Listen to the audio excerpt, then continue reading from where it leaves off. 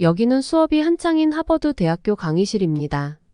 한 중국인 학생과 한국 국적을 가진 학생이 열띤 토론을 벌이며 싸우고 있습니다. 이때 보다 못한 교수가 한마디 하는데요. 이 강의실엔 대체 무슨 일이 벌어지고 있는 걸까요? 오늘의 사연 시작하겠습니다. 안녕하세요. 저는 하버드 대학교 언어학을 전공하고 있는 사라입니다. 저는 미국 LA에서 나고 자랐지만 한국과 아주 긴밀한 관계를 가지고 있어요. 그 이유에 대해 이야기해드리겠습니다. 저희 아빠는 미국인이고 엄마는 한국에서 20대 초반에 미국으로 유학 오신 분이에요. 미국에서 유학 중 저희 아빠를 만나 결혼하게 되며 미국에서 살게 되셨죠. 그렇게 제가 태어났고 저는 미국 국적과 한국 국적을 모두 가지게 되었습니다. 저희 엄마는 미국으로 시집을 오셨지만 항상 한국을 잊지 않으셨어요. 집에서는 거의 한국어를 사용하셨고 한국에 대해서 저에게 많이 얘기해 주시곤 했죠. 그래서 대화를 할 때 집에서는 영어와 한국어를 번갈아 사용했어요. 솔직히 어렸을 땐 그게 좀 혼란스러웠어요. 친구들이랑 있을 땐 영어로 말하다 집에선 한국어로 말해야 하는 게 가끔은 짜증나기도 했거든요. 그래도 엄마가 한국어와 한국 문화에 대해 계속해서 가르쳐 주신 게 지금 와서 보면 정말 감사해요. 특히 한글에 대한 엄마의 자부심이 대단하셨어요. 사라, 한글은 아주 위대한 문자야. 이런 말씀을 자주 하셨죠. 솔직히 아주 어릴 때는 그게 무슨 의미인지 잘 몰랐어요. 그냥 아, 엄마 나라 글자구나 하는 정도? 그런 엄마의 영향 때문이었을까요? 중학교 때부터 언어에 관심이 생기기 시작했어요. 영어와 한국어를 모두 할 수 있다는 게 특별하다는 걸 느끼기 시작했거든요. 친구들이 너 한국말 잘한다라고 할 때마다 뿌듯했고, 그때 당시 한국 드라마 도깨비가 엄청 인기가 많았거든요. 한국 드라마를 자막 없이 볼 수 있다는 게 나름의 제 자랑이었죠. 고등학교 때는 언어에 대한 관심이 더 커졌어요. 수업을 들으면 언어의 구조와 역사가 너무 재밌더라고요. 그러다 문득 한글에 대해 엄마가 하신 말씀이 떠올랐어요. 정말 한글이 그렇게 대단한 걸까? 하는 의문이 들더라고요. 그래서 직접 찾아보기 시작했어요. 도서관에서 한글에 관한 책을 빌려 읽고 온라인에서 자료를 찾아봤죠. 놀랍게도 엄마 말씀이 과장이 아니었어요. 한글이 정말 과학적으로 만들어졌다는 걸 알게 됐고 세종대왕의 이야기에 감동받았어요. 처음으로 제 뿌리에 대해 진지하게 생각하게 된 것 같아요. 대학 지원 시기가 다가왔을 때 어릴 때의 영향으로 저는 언어학을 전공하기로 결정했습니다. 한글과 다른 문자 체계를 비교 연구하고 싶은 탐구심이 있었거든요. 그렇게 하버드에 합격했을 때는 정말 믿기지 않더라고요. 너무 가고 싶었던 학교에 합격하니 기분이 너무 좋았고 부모님도 엄청 기뻐하셨어요. 지금 2학년이 되어 보니 언어학을 선택한 게 정말 잘한 결정이었다고 생각해요. 수업을 들을 때마다 새로운 것을 발견하면 너무 즐거워요. 특히 한글에 대해 배울 때면 가슴이 뛰는 게 느껴지죠. 제 정체성의 일부를 학문적으로 탐구하는 느낌이랄까요? 2학년 첫 학기 동아시아 언어와 문화 수업이 시작됐어요. 강의실에 들어서는 순간 긴장감과 설렘이 동시에 밀려왔죠. 다양한 인종의 학생들이 눈에 띄었어요. 이게 바로 하버드의 매력이에요. 서로 다른 배경을 가진 사람들과 함께 공부할 수 있다는 거요. 자리에 앉아 주변을 둘러보는데 옆자리에 금발에 파란 눈을 가진 여학생이 앉더라고요. 그런데 이게 웬일이에요? 그 학생의 책상에 놓인 교재에 한국어로 필기가 되어 있는 거예요. 순간 눈을 의심했어요. 놀라움을 감추지 못하고 쳐다봤죠. 제 표정을 본 그 학생이 제게 미소 지으며 말을 걸었어요. 안녕, 난 에밀리야. 한국말이 너무 유창해서 깜짝 놀랐어요. 제 표정을 본 에밀리가 웃으며 설명해 주더라고요. 나 한국에서 2년 동안 살았거든. 부모님이 외교관이셔. 한국어에 관심이 많아서 이 수업을 듣게 됐어. 한국에 관심이 많다는 말에 에밀리에게 호기심이 생겼어요. 저도 저에 대한 이야기들을 했죠. 저희는 수업 시작 전까지 이런저런 이야기를 나눴는데요. 얘기를 하다 보니 저와 성격이 잘 맞더라고요. 에밀리는 경영학과 학생이지만 동아시아 시장에 관심이 많아 이 수업을 듣게 됐다고 했어요. 에밀리는 무척 밝은 친구더라고요.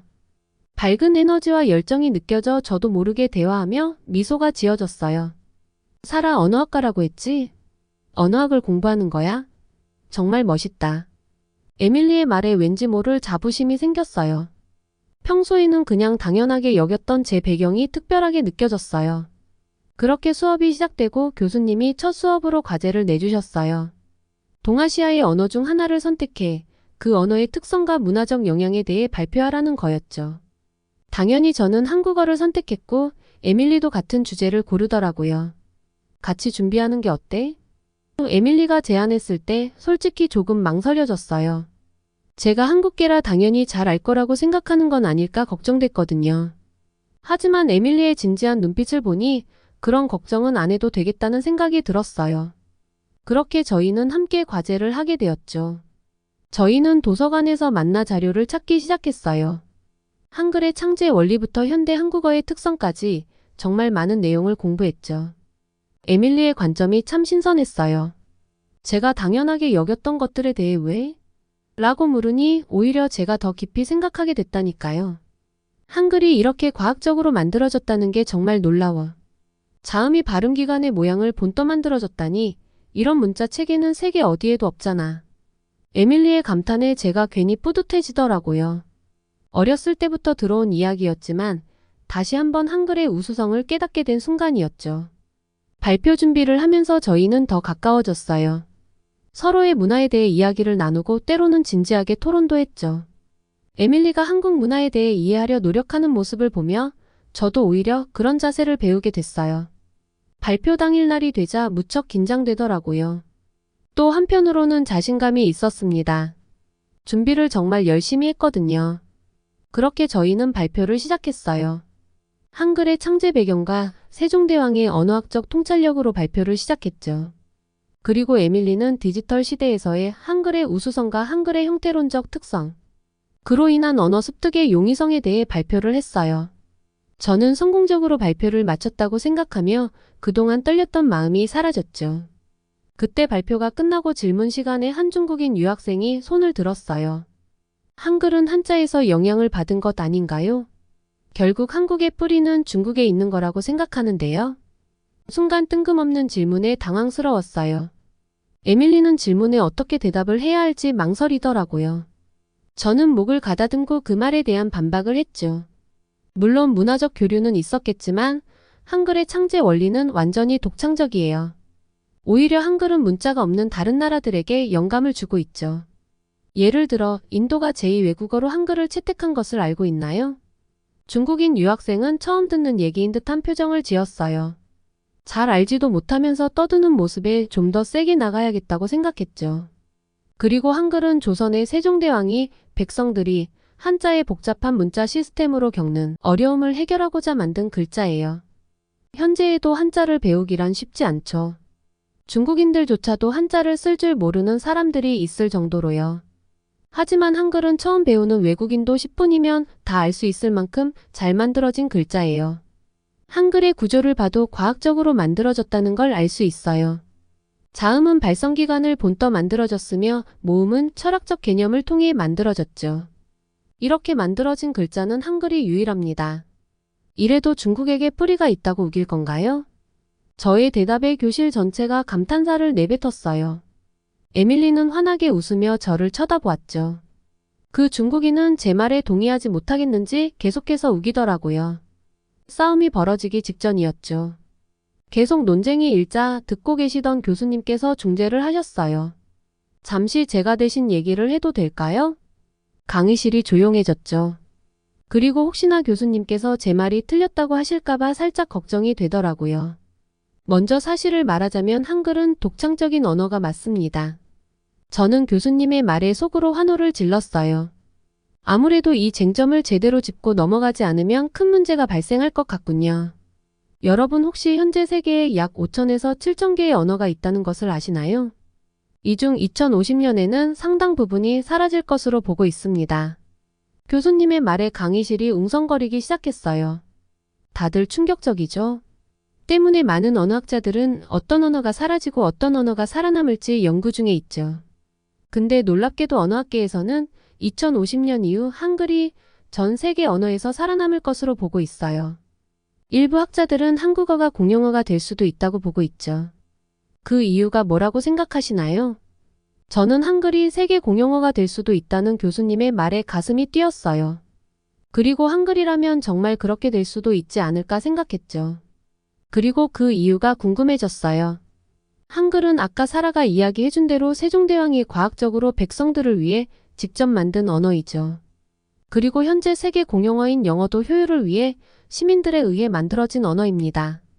두 언어만이 이런 특성을 가졌기 때문에 많은 언어학자들이 관심을 가지고 있어요. 평생 영어가 세계 공용어로 존재할 것 같지만 그 뒤를 무섭게 따라오고 있는 언어가 바로 한글입니다.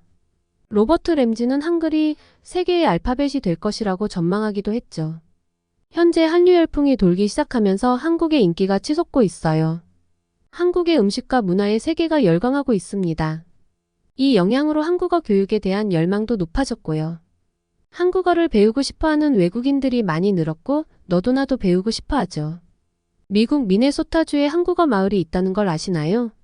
한국어를 배우기 위해 매번 60명 이상의 학생들이 다녀가고 이마저도 대기자가 100명이 넘고 있습니다. 현재 아시아 최초로 독자적인 자체 시설을 갖출 정도로 인기가 대단하죠. 또 세계 곳곳에 세종학당이라는 한국어를 배울 수 있는 기관들이 여럿 있습니다. 이곳도 항상 학생들로 붐비고 있죠. 여러분들 중에서도 한국어를 배우고 있는 학생들이 많을 거예요. 정말 많은 학생들이 손을 들더라고요. 그 중국인 유학생은 다시 물었어요. 하지만 이런 문화와 언어도 중국을 따라한 것 아닌가요? 학생을 위해서 좀 더 자세히 설명해야겠네요. 가끔 이런 오해들이 있긴 합니다만 사실 두 언어는 명백히 다른 언어입니다. 구조적으로 근본적인 차이를 가지고 있어요. 한글은 세계 문자 중에서 유일하게 창제자와 원리가 기록된 문자입니다. 역사적으로 봐도 반박할 수 없는 사실이죠. 하지만 간혹 이런 가치를 인정하지 않는 경향을 보이는 사람들이 있어요. 그것은 국가적인 감정 때문일 수도 있습니다. 이 점을 가장 조심해야 해요. 사실을 왜곡하면 안 됩니다. 한글은 세계 유네스코 문화유산에 등재되어 있어요. 세계적으로 가치를 인정받은 데에는 그만한 근거가 항상 뒷받침되어야 해요. 그리고 그 사실을 받아들일 줄 알아야죠. 그럴 때 우리는 더욱 객관적이고 다양한 지식을 얻을 수 있습니다. 중국인 유학생은 교수님의 말에 할 말이 없는 듯 했어요. 얼굴이 붉어진 채로 앉아있을 뿐이었죠. 교수님은 이야기를 마치고 다시 발표를 이어가셨어요. 수업이 끝나고 나오는데 가슴이 벅차오르더라고요. 한글에 대해 더 깊이 알게 된 것도 기쁘지만 한글이 이렇게나 위대한 글자였다는 게 너무나도 자랑스럽더라고요. 사라, 정말 멋진 발표였어. 함께 준비할 수 있어서 영광이야. 에밀리의 말에 저는 좀 부끄러웠어요. 나야말로 고마워. 덕분에 발표를 잘 마칠 수 있었어. 사라, 이번 주말에 시간 있어? 더 이야기하고 싶은데. 에밀리의 제안을 흔쾌히 받아들였죠. 이번 수업을 통해 한글의 우수성을 다시 한번 확인했고 새로운 친구도 사귀게 됐어요. 이번 학기 초 선택했던 이 수업이 제 인생의 방향을 바꿔놓을 줄은 몰랐네요. 한글에 대해 발표를 준비하면서 그동안 당연하게 여겼던 것들이 얼마나 특별하고 소중한지 깨달았거든요. 어릴 적 엄마가 들려주시던 한글 이야기가 새삼 떠올랐죠. 그때는 그저 엄마의 자랑처럼 들렸는데 이제는 그 말씀이 얼마나 깊은 의미를 가졌는지 알 것 같아요. 발표를 준비하면서 세종대왕님의 애민 정신, 한글이 만들어진 역사적 배경, 그리고 그 속에 담긴 철학적 의미들이 제게 새로운 세계를 열어주었어요. 이런 창의적이고 과학적인 접근이 600년도 더 전에 이루어졌다니 정말 자랑스러웠어요. 한글이 단순한 문자 체계를 넘어 조상들의 지혜와 정신을 담고 있다는 걸 깨달았을 때 제 가슴은 뜨거워졌답니다. 그리고 이번 경험을 통해 제 자신에 대해서도 많은 것을 알게 됐어요. 두 국적 사이에서 자란 제 배경이 때로는 혼란스럽게 느껴지기도 했거든요. 하지만 이제는 이 독특한 배경이 제게 강점이란 걸 알게 됐죠. 한글에 대해 깊이 공부하면서 제 안의 한국인 정체성이 더욱 강해진 것 같아요. 영어와 한국어를 모두 구사할 수 있는 제 능력이 앞으로의 연구에 큰 도움이 될 거라는 확신이 들었어요. 이중 문화의 관점으로 한글을 바라볼 때 보이는 새로운 시각들이 정말 흥미로워요. 이제 제 앞에 새로운 목표가 생겼어요. 한글이 언어 습득과 인지 과정에 미치는 영향에 대해 더 깊이 연구하기로 했습니다. 특히 제2국어 습득에 어떤 영향을 미치는지 궁금해요. 어쩌면 이게 제 졸업 논문 주제가 될 수도 있겠죠? 또 하나 흥미로운 점은 한글 기반의 언어 교육 방법론을 개발하는 거예요. 한글의 체계성과 과학성을 활용해 더 효율적인 언어 학습 방법을 만들 수 있지 않을까요? 이 아이디어를 생각하니 가슴이 설레요. 그리고 제가 가진 배경을 활용해 한국어와 영어 간의 언어학적 비교 연구도 해보고 싶어요. 두 언어의 구조적 차이, 발음 체계의 특성, 문화적 요소가 언어에 미치는 영향을 비교 분석하면 정말 재미있는 결과가 나올 것 같아요. 이번 학기 경험은 제게 한글의 언어학적 우수성과 미래 가치에 대한 깊은 이해와 학문적 열정을 안겨주었어요. 동시에 한글의 언어 체계의 특성을 객관적으로 분석하고 이해하는 언어학자로서의 자세도 배웠고요. 도서관을 나서며 캠퍼스를 둘러봤어요. 익숙한 풍경인데 왠지 모든 게 새롭게 보이더라고요. 한글에 대한 연구가 제 미래를 밝게 비추는 것 같았어요. 앞으로 어떤 발견을 하게 될지, 어떤 도전을 맞이하게 될지 정말 기대돼요. 오늘의 사연은 여기까지입니다. 사라의 한글 사랑이 돋보이는데요. 한글이 이렇게나 위대한 글자였다는 게 느껴지며 뿌듯합니다. 오늘의 사연이 마음에 드셨다면 구독과 좋아요, 알림 설정 부탁드립니다. 지금까지 감동 쿠키였습니다. 감사합니다.